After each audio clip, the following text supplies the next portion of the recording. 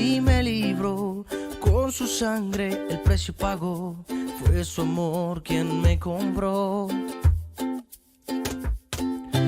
Y me dio la libertad, y me dio de su perdón, y me hizo su hijo. Mi vida hoy rindo ante ti, Señor, para adorarte. Y quiero decir con esta canción que tú eres el amor de mi vida y te amo, mi Cristo. Yo quiero vivir solo para ti. Mi alma te canta, eres tú la razón de mi existir. Mi vida hoy rindo a tus pies, Jesús.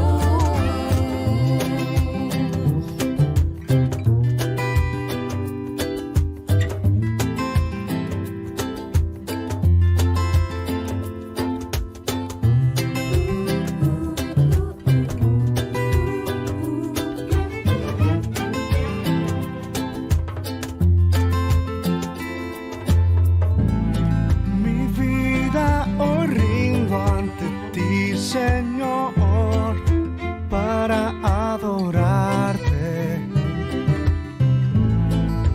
Quiero decir con esta canción que tú eres el amor de mi vida. Te amo, mi Cristo. Yo quiero vivir solo para ti. Mi alma te canta, razón de mi existir. Mi vida hoy rindo a tus pies, Jesús. Mi Cristo, yo quiero vivir solo para ti. Mi alma te canta, eres tú la razón de mi existir. Mi vida hoy rindo a tus pies, Jesús.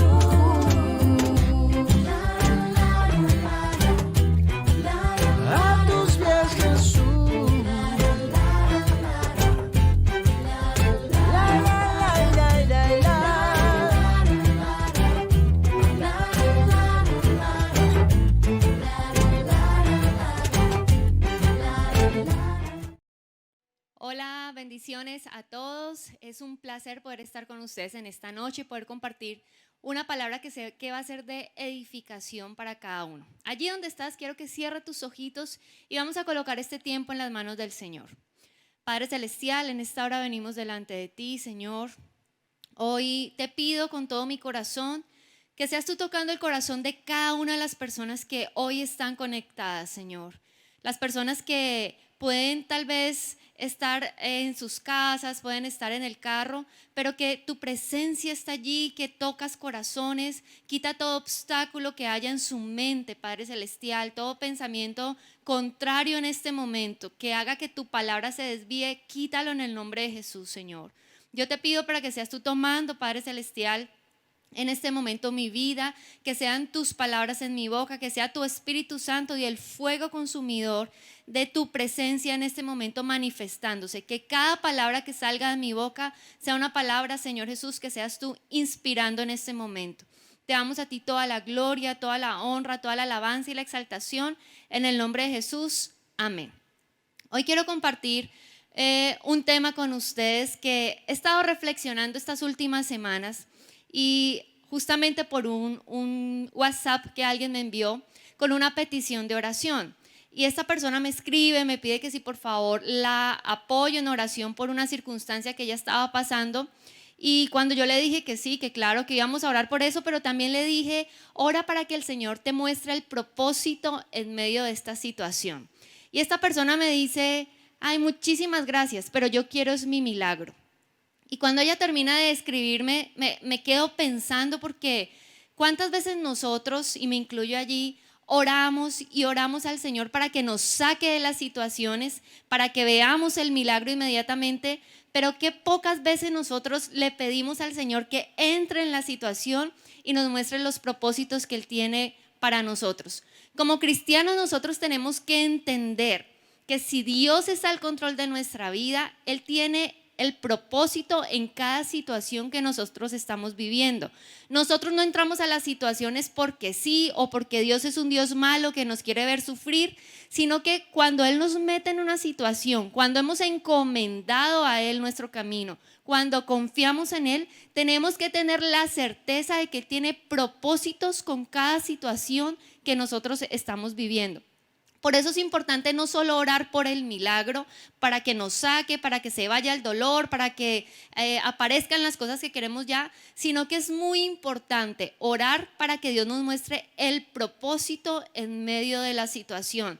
Porque cada propósito, como dice la palabra y vamos a leer, cada prueba tiene un propósito. Y quiero que vayamos a la palabra, a Deuteronomio 8:2, y dice: recuerda que durante 40 años el Señor tu Dios te llevó por todo el camino del desierto y te humilló y te puso a prueba para conocer lo que había en tu corazón. Voy a repetir esto. El Señor te lleva al desierto. Está hablando al pueblo de Israel, pero nos está hablando hoy también. Nos lleva al desierto para humillarnos, pero para ponernos a prueba, para saber qué hay realmente dentro de nuestro corazón. Sigue diciendo el texto, y ver si cumplirás o no sus mandamientos. Te humilló, te hizo pasar hambre, pero luego te alimentó con maná, comida que ni tú ni tus antepasados habían conocido, con lo que te enseñó que no solo de pan vive el hombre, sino de toda palabra que sale de la boca del Señor. Aquí este texto nos habla claramente de la intención de Dios cuando permite desiertos en nuestra vida. Cuando pasamos pruebas, siempre hay un propósito que es acerca de nuestro carácter, que es acerca del moldeamiento de nuestro carácter, que es prepararnos para poder recibir la bendición.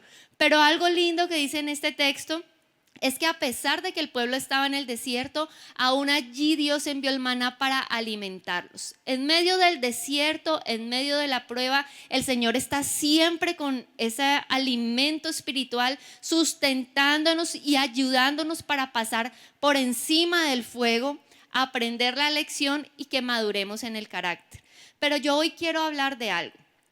Me he dado cuenta muchas veces que cuando el Señor quiere pasarnos por un desierto o una prueba, a veces nosotros no tenemos la mejor actitud. Eso le pasó al pueblo de Israel. El pueblo de Israel pasó por el desierto, pero vemos que ese desierto para ellos cada vez fue obstáculos y obstáculos que colocaron para que la bendición pudiera llegar a ellos. Y a veces nos damos cuenta que el fuego de la prueba no es suficiente para que nosotros aprendamos y moldeamos el carácter como Dios lo quiere manejar en nosotros. Y el título de la enseñanza de hoy es cuando el fuego no es suficiente. Cuando a pesar de que estamos en tribulación, en angustia, en procesos que el Señor ha permitido en nuestra vida, aún eso no es suficiente para que nuestro carácter madure. Aún seguimos en las mismas. ¿Cómo saber que nosotros estamos no aprendiendo la lección en medio del proceso? Es lo que hoy vamos a desarrollar. La palabra de Dios nos enseña no solo a vivir en la cima de la montaña, la bendición, sino que creo que algo más importante es que también la palabra nos enseña a cómo pasar esos valles y esos desiertos que todos vamos a pasar en algún momento de nuestra vida. Es importante que entendamos que estamos en las manos de Dios, que mientras estemos en las manos de Dios vamos a estar seguros de que el desierto, la prueba o el fuego por el cual estamos pasando tiene propósitos de bendición y de vida para nosotros. El pueblo de Israel pasó 400 años siendo esclavo en Egipto. Entonces yo quiero que nos imaginemos un pueblo que pase 400 años en medio de otro pueblo. Tiene que permearse de cultura, de religión, de aún comida, hábitos, formas de hacer las cosas. Cuando el pueblo de Israel pasó 400 años en medio de Egipto, sí o sí venía permeado de las cosas de Egipto, de las tradiciones de Egipto. Aunque era un pueblo apartado, vivían en medio de este pueblo grande, numeroso y fuerte que era Egipto, y ellos venían con una cantidad de cosas que ya de esa cultura habían adoptado para ellos. Cuando el Señor manda su plan de salvación para el pueblo de Israel a través de Moisés, le dice: vamos a sacar a este pueblo, yo les tengo la tierra prometida, esta tierra que fluye leche y miel, esta tierra donde ustedes van a ser libres, donde van a poder ser ustedes sin presiones, sin que los maltraten, van a pasar a tener una vida muchísimo mejor y sobre todo en libertad. Pero vas a pasar por el desierto con este pueblo para poder llegar allí. ¿Cuál fue el propósito de Dios para que ellos pasaran el desierto antes de llegar a la tierra? ¿Por qué no simplemente les dio la tierra prometida y que llegaran de una? ¿Por qué Dios quería que ellos pasaran por el desierto y después llegaran a la tierra prometida?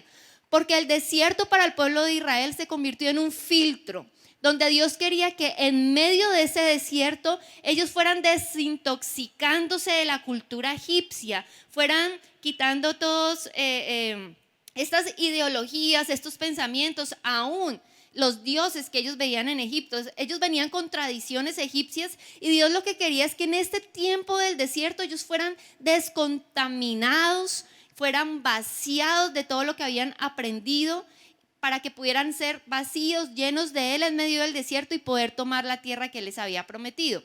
Entonces, aunque Israel había salido físicamente de Egipto, Egipto no había salido de sus corazones. Y eso lo vemos en numerosos episodios a través de la Biblia, cuando nos narra cosas del pueblo de Israel, como ellos empezaron a traer tradiciones. En medio del desierto se acordaban de cosas de Egipto, adoraban a dioses como Egipto, y empezó el Señor a tratarlos y a tocar sus corazones, porque aunque ya estaba la promesa, el desierto era necesario para una purificación y una desintoxicación de este pueblo y de las tradiciones y de todo con lo que ellos venían.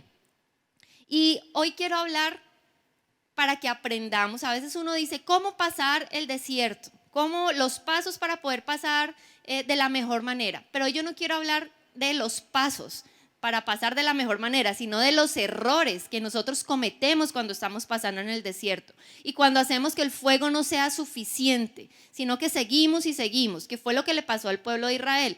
No fue suficiente los días que tenían que caminar hacia la tierra prometida, sino que les tocó caminar 40 años porque hubo muchas fallas en ellos. No aprendían la lección y eso hizo que la bendición se detuviera. Y hoy quiero hablar de esos errores que nosotros cometemos cuando estamos en el desierto.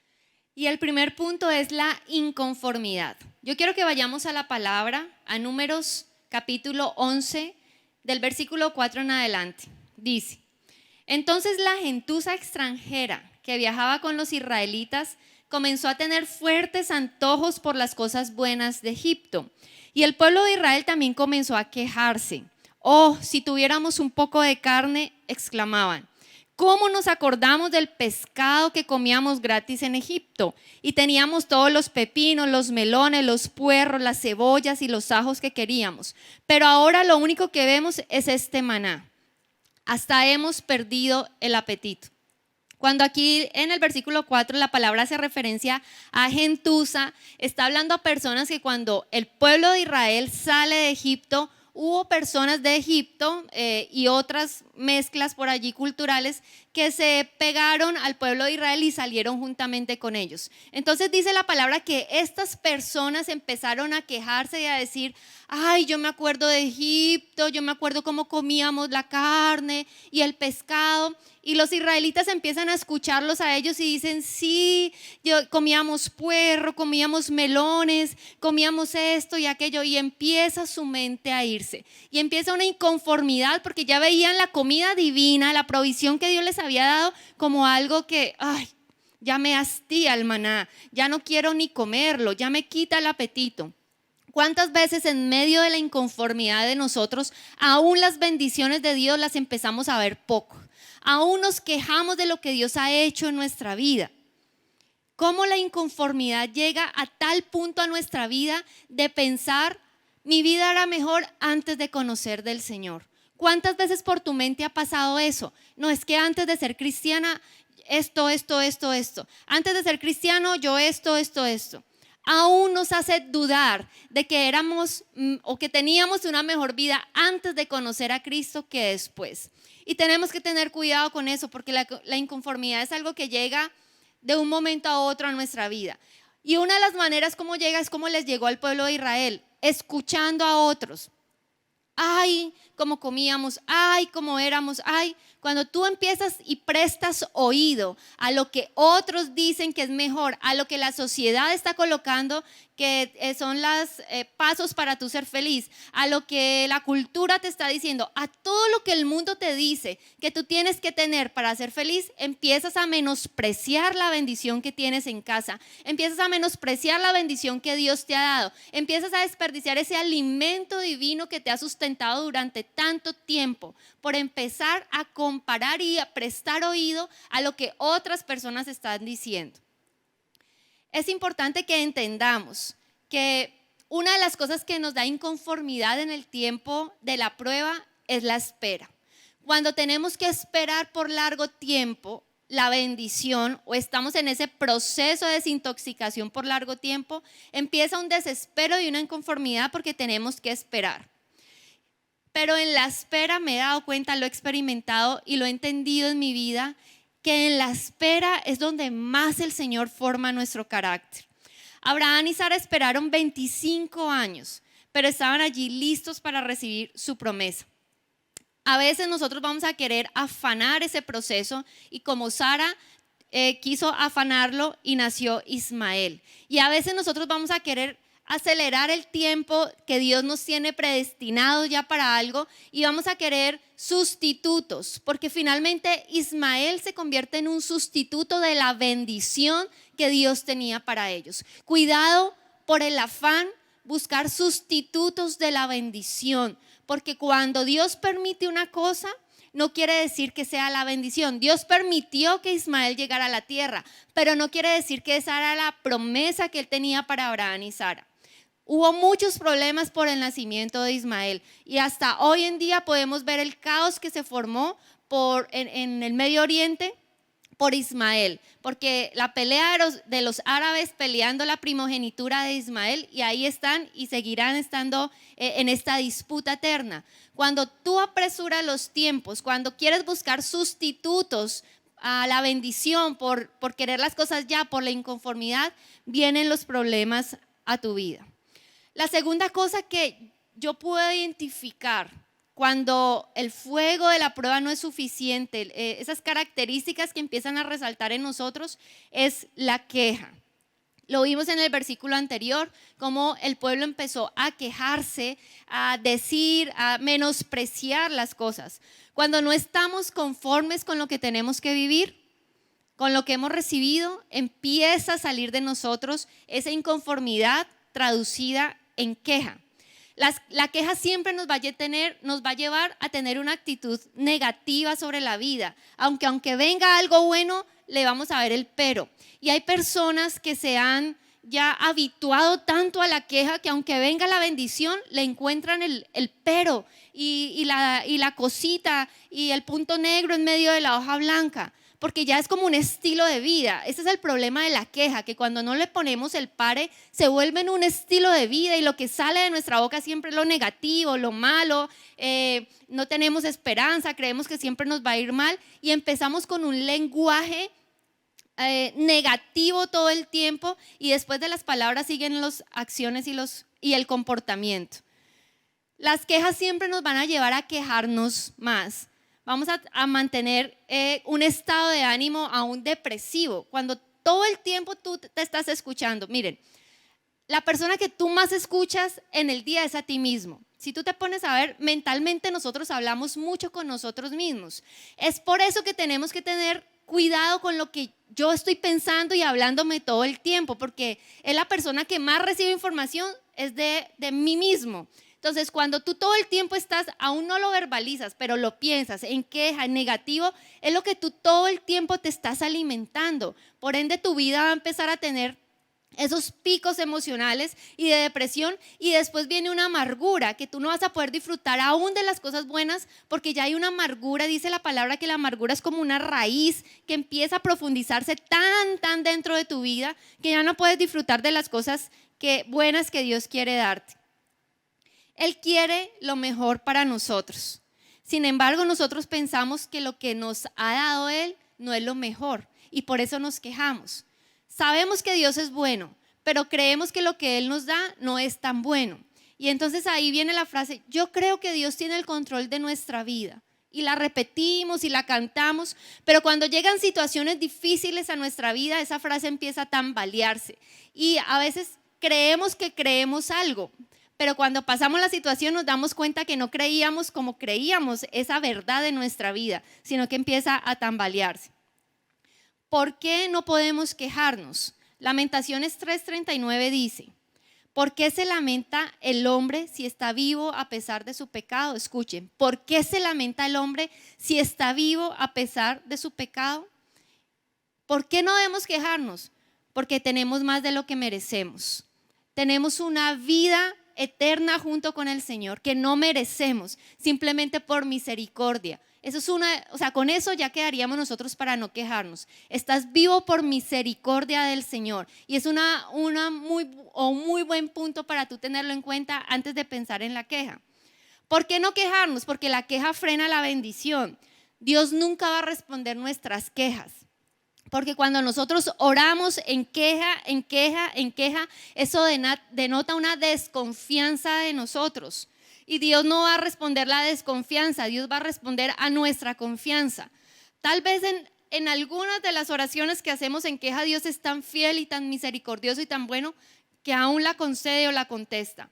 Pero el común denominador de Dios es que Él no va a responder una oración en queja, porque nos va a acostumbrar, si nos da siempre la oración cuando quejamos, vamos a acostumbrarnos a que la forma de orar siempre va a ser en queja. Y la queja finalmente denota duda.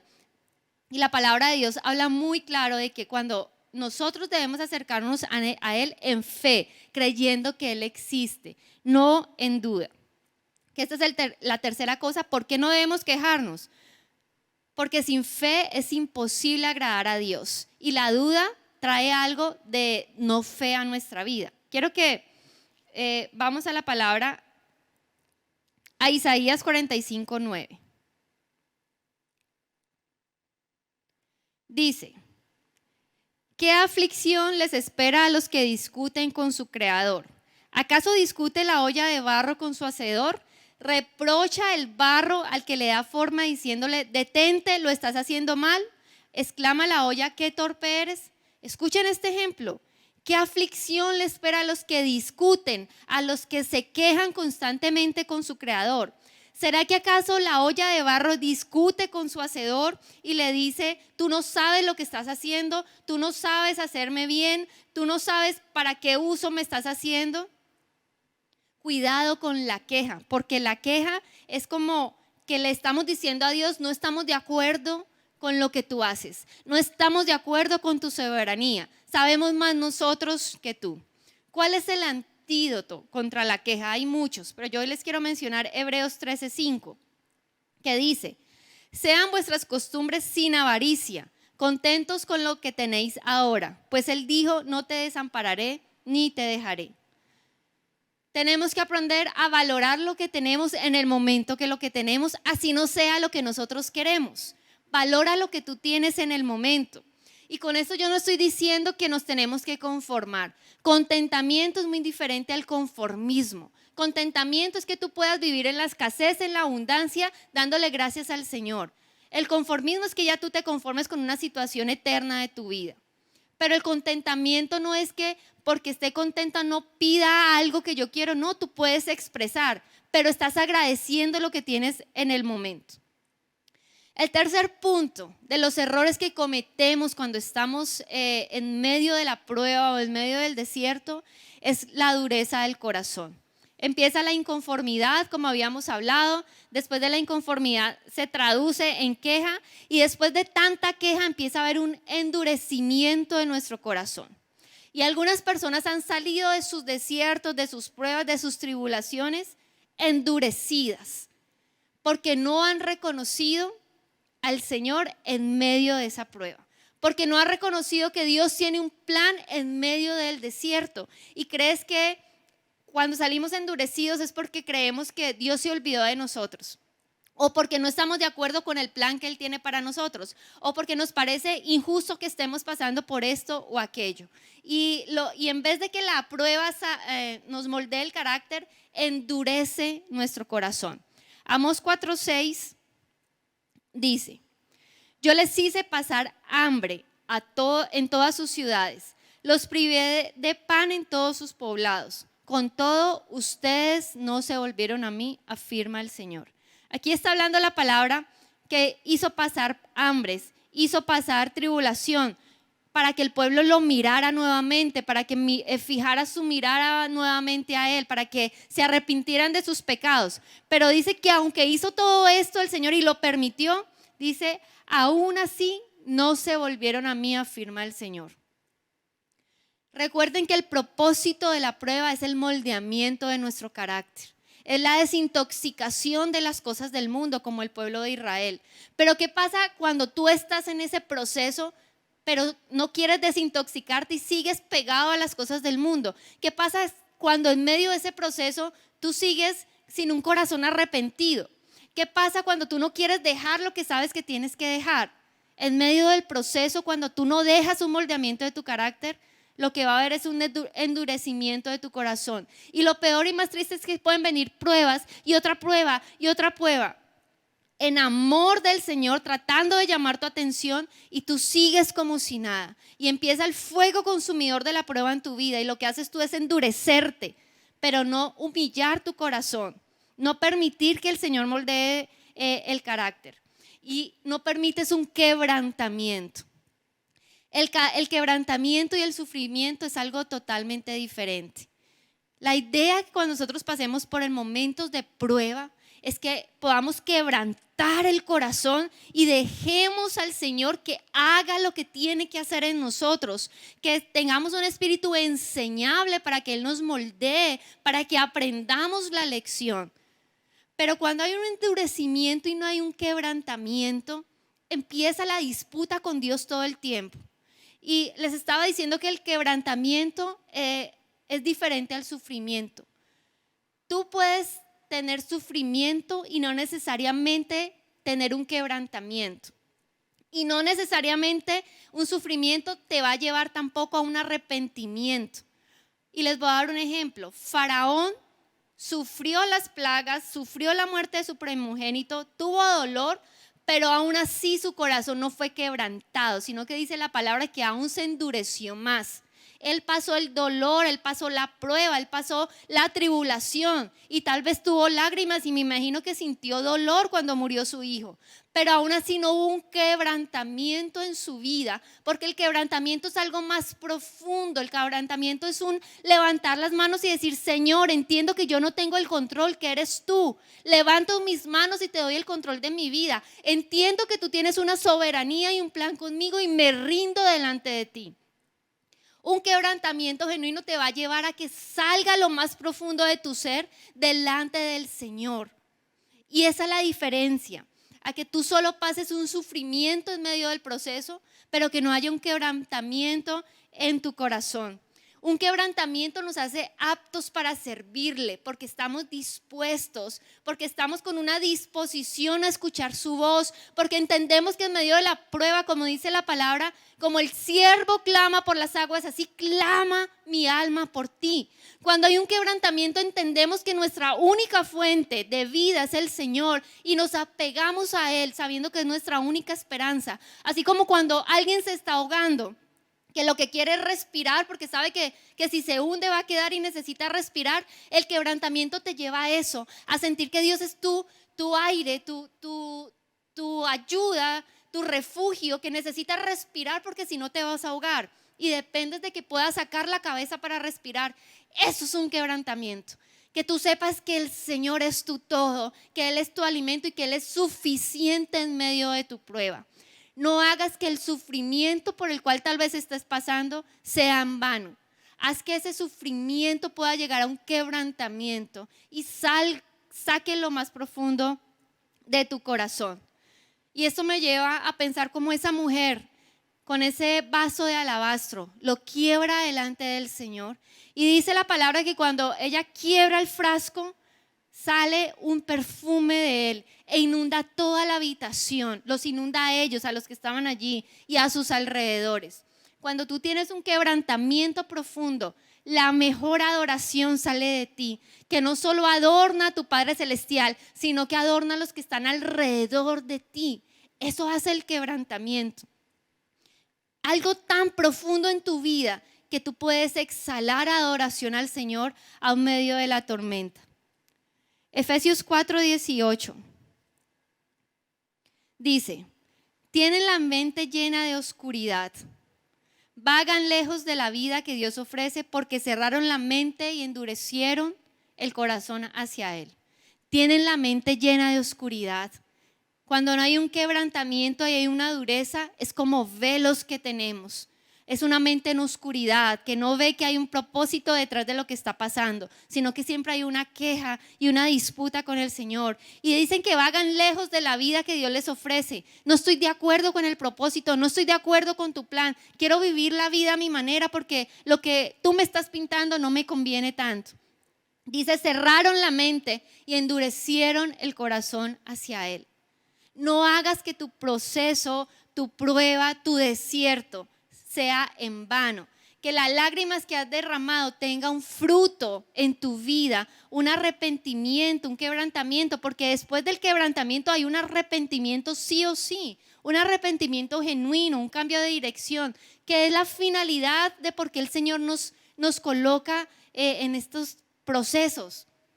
La desintoxicación del mundo, de las cosas que trae, pero también un arrepentimiento y un volver la mirada hacia Él.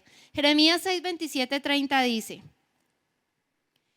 Jeremías, te he hecho probador de metales para que puedas determinar la calidad de mi pueblo.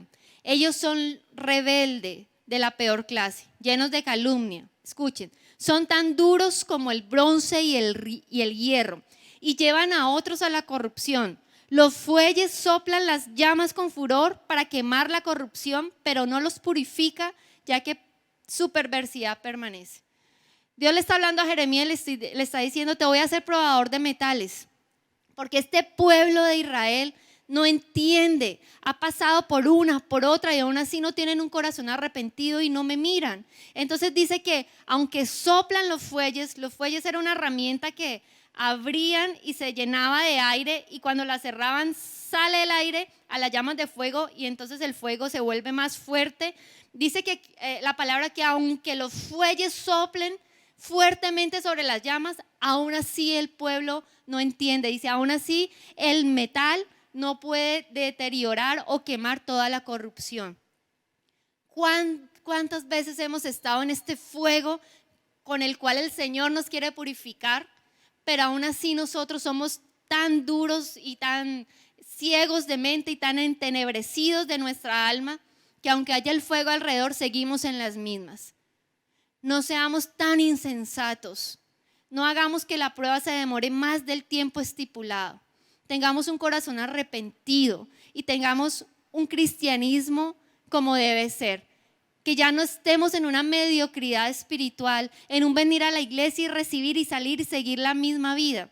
Estaba escuchando en estos días algo que hicieron, no recuerdo muy bien el ejemplo, pero llamaron un grupo de personas cristianas y un grupo de personas que no eran cristianas y empezaron a hablar de la vida de ellos y se dieron cuenta que lamentablemente no era muy diferente la vida de uno y de otros. Y cuando yo escuchaba la reflexión de esta enseñanza, yo decía, ¿a qué estamos jugando? O sea, ¿qué está pasando con nuestra vida? No puede ser igual la vida de una persona cristiana a una persona que no tiene a Cristo en su corazón. No puede ser igual, no podemos hablar lo mismo, no podemos ir a los mismos lugares, no puede ser igual, porque si no, ¿a qué estamos jugando? La cuarta cosa que podemos ver cuando no pasamos bien la prueba es que en medio de la inconformidad empieza la queja, está la dureza del corazón y en medio de la dureza buscamos a otros dioses. Éxodo 32, versículo 1 al 4 dice: Cuando los israelitas vieron que Moisés tardaba tanto en bajar del monte, se juntaron alrededor de Aarón y le dijeron: vamos, haznos dioses que puedan guiarnos. No sabemos qué le sucedió a ese tipo Moisés, el que nos trajo aquí desde la tierra de Egipto. Aarón le respondió: quítenle a sus esposas, hijos e hijas los aretes de oro que llevaban en las orejas y tráiganmelos. Todos se quitaron los aretes que llevaban en las orejas, se los llevaron a Aarón. Entonces Aarón tomó el oro fundido, lo moldeó hasta darle la forma de un becerro. Cuando los israelitas vieron el becerro de oro, exclamaron: oh Israel, estos son los dioses que te sacaron de la tierra de Egipto.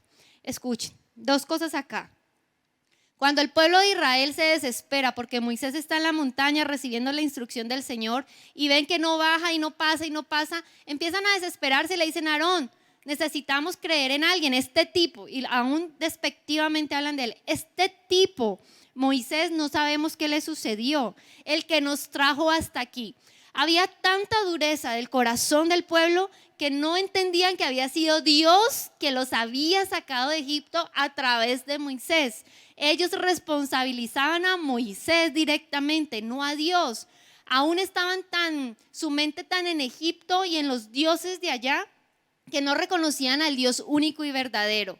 Y empezaron a traer los dioses, porque cuando hicieron el becerro es porque en Egipto tenían dos dioses que eran como los más relevantes para ellos, y uno se llamaba Apis y otro Hathor, y estos eran representados con figuras de terneros o de toros. ¿Qué tenía la mentalidad todavía del pueblo de Egipto?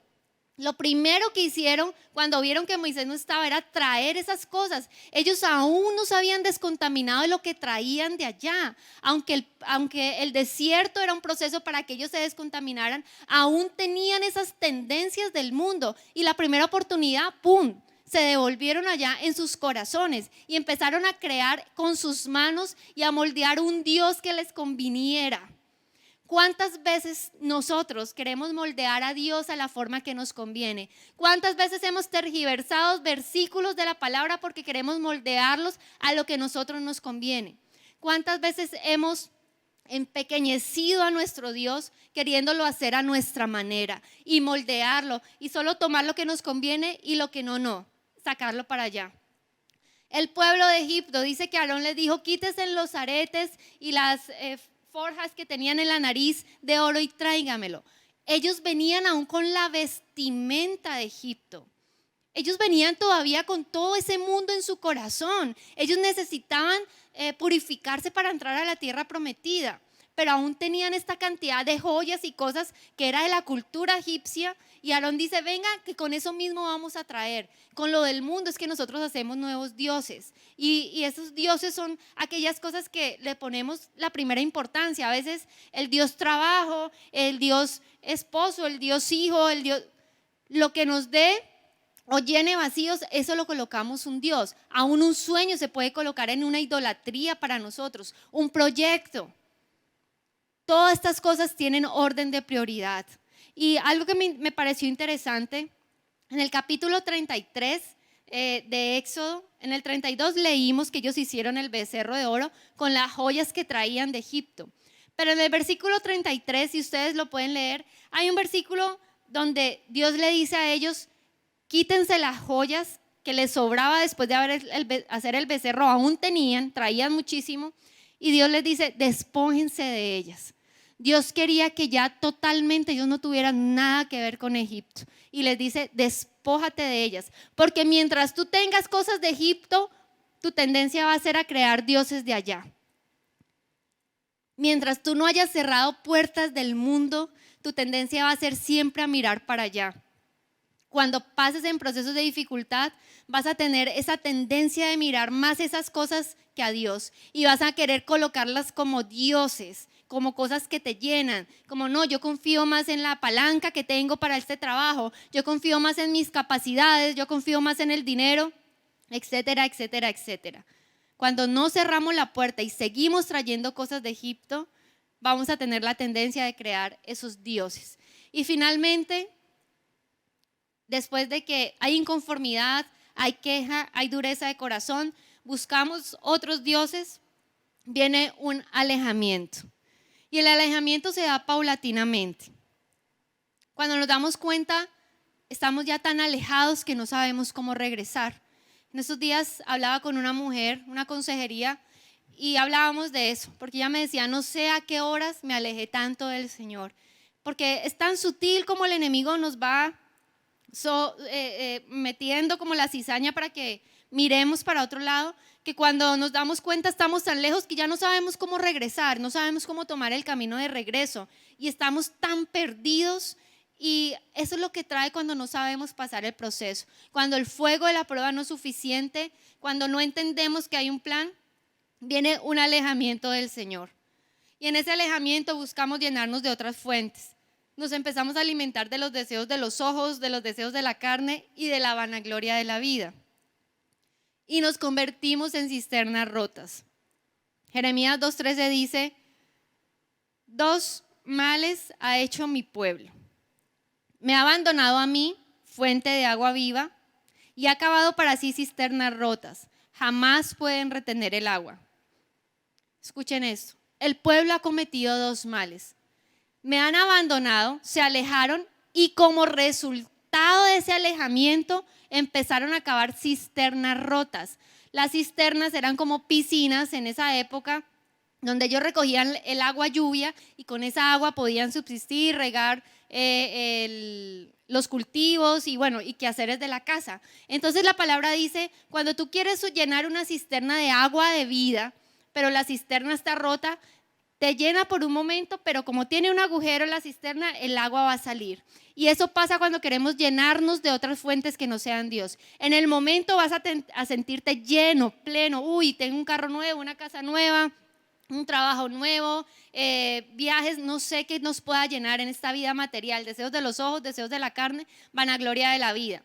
Pero son cosas que son cisternas rotas. Rápidamente se va el agua y vamos a sentir un vacío. Lo único que te puede dar un llenado en tu corazón eternamente es la presencia de Dios en tu vida. No hagamos del dolor y de las pruebas de nuestra vida, como les decía en un inicio, que sean vano. No hagamos que las lágrimas que estamos derramando sean simplemente lágrimas derramadas, sino que sean lágrimas de un proceso que nos lleva a una purificación del corazón. Él nos quiere enseñar, Él nos quiere moldear en medio del desierto, pero Él necesita que tengamos un corazón humilde y un corazón enseñable, que le preguntemos los propósitos que Él tiene en medio de la prueba y la dificultad para nosotros. Y por último, quiero leer este texto que está en Isaías. Cuando cruces las aguas, yo estaré contigo. Cuando cruces los ríos, no te cubrirán sus aguas. Cuando camines por el fuego, no te quemarás ni te abrazarán las llamas. Cuando estés pasando por el fuego, por las llamas de la aflicción, ten en cuenta que el Señor va contigo, que Él no te hace pasar por ese proceso solo, como leíamos en Deuteronomio 8:2, que en medio del desierto Él te está alimentando y te está proveyendo lo que necesitas para pasarlo. Cuando tienes un corazón enseñable, cuando hay humildad y cuando tienes un quebrantamiento genuino. Que no hagas que el fuego de la prueba sea insuficiente para ese carácter que el Señor quiere moldear. Yo quiero que allí donde estás tú puedas cerrar tus ojitos y vamos a orar. Padre Celestial, en esta hora venimos delante de ti, Señor. Te damos gracias por la palabra que tú nos has regalado, porque sé que la trajiste por algo, Señor, porque tal vez hay personas específicas, empezando por mí, que necesitaban escuchar esta palabra, Señor. Tantas personas que están pasando por desiertos, por tribulación en este momento, pero que no la están pasando de la manera correcta, que ha habido inconformidad, ha habido queja, ha habido dureza de corazón y finalmente un alejamiento en sus vidas. Padre, que las vendas sean quitadas en este momento, que podamos ver con claridad que el propósito que tú tienes a través de los desiertos y las pruebas es un moldeamiento de nuestra vida para que podamos ser firmes en ti, podamos recibir las bendiciones que vienen más adelante. El pueblo de Israel tuvo que pasar por el desierto para esa desintoxicación de su mente, de su corazón, de sus costumbres, de Egipto y de lo que había aprendido. Hoy en día estamos tan bombardeados con lo que el mundo nos enseña que tenemos que pasar esos procesos para desintoxicarnos, para desaprender lo que el mundo quiere traer, para mirarte a ti, para que tú seas suficiente en medio del desierto, para que aprendamos que tú eres nuestra única fuente de agua viva, nuestro alimento, ese alimento que nos sacia eternamente. Padre, dale fortaleza a cada una de las personas que hoy están pasando por desiertos. Ayúdales a tener una confianza plena en ti. Ayúdales a entender que aunque anden por valle de sombra y de muerte, tú estás con ellos, Señor. Que aunque anden por fuego, tú estarás y la llama no los tocará, porque tú vas en medio de ellos, Señor. Que a veces los procesos que necesitamos en nuestra vida es para nuestro propio bien, siempre lo son. Siempre hay un propósito y un plan, Señor, cuando nuestra vida está en tus manos. Padre, te damos gracias por este tiempo, Señor. Te pido que esta palabra sea de bendición y quede sellada con letras de fuego en el corazón de cada una de las personas que hoy la escucharon, Señor.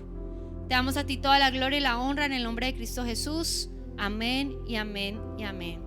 Que Dios los bendiga, que sea el Señor hablando en el resto de esta semana. Lean la palabra, lean los versículos que hoy tocamos y tengan un corazón enseñable para que el Señor haga lo que tenga que hacer en la vida de cada uno. Que Dios los bendiga. Bendiciones a todos. En este fin de año tenemos una súper invitación para la pareja. Es un evento llamado Un Día para Recordar y está especialmente diseñado para la pareja, donde vamos a unir lazos, donde vamos a afianzar la amistad entre la pareja y donde vamos a tener una fortaleza especial en la presencia del Señor. Avivar el amor y encontrar sobre todo el propósito de Dios para nuestra relación. Así que no te lo pierdas. Este domingo 5 de diciembre, separa el tiempo. Y si quieres más información puedes ir a nuestras redes sociales o puedes acercarte al punto de inscripción aquí en la iglesia y estar y participar de este maravilloso evento. Un día para recordar. Bendiciones.